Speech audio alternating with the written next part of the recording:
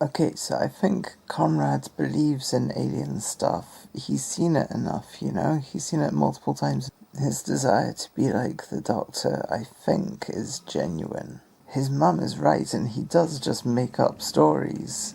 He's just like, you know, it's this ultimate spin doctor. He just loves the game of it. He is the master, but the human version. If Conrad is turned into someone who does cooking, and he's a chef, then maybe his like love of control is poured into food, and it shows how, you know, these impulses can be wielded in a good way. You know, the control can be used for washing dishes and being a chef. Because, yeah, cooking's all about power. Yeah, he's preying on conspiracy theorists because he loves the game of it, you know?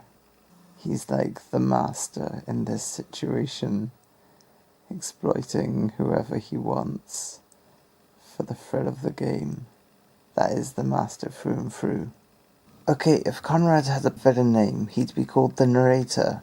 Not just because he's the narrator of what, like, Wish World and the Reality War, but he's the narrator in this, you know? Like, everything he does is about, you know, defining the narrative.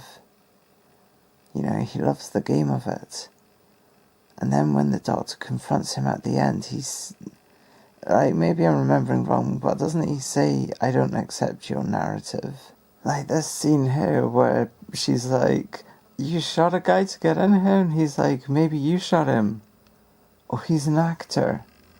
You know, like, the narrator is just at the peak of their power, like Mysterio, the narrator, is at the apex of their power, showing that they can define the narrative however they choose.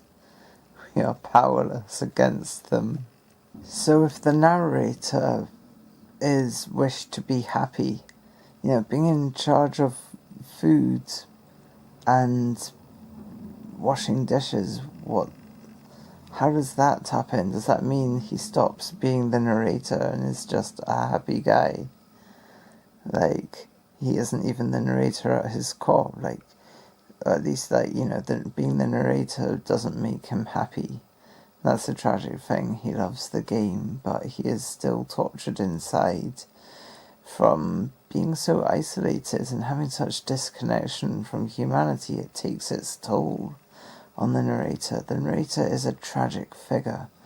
They love the game, they're obsessed with the game, but ultimately it just ruins their life. And if they could just narrate, you know, a 3-course meal, that's all they need, you know?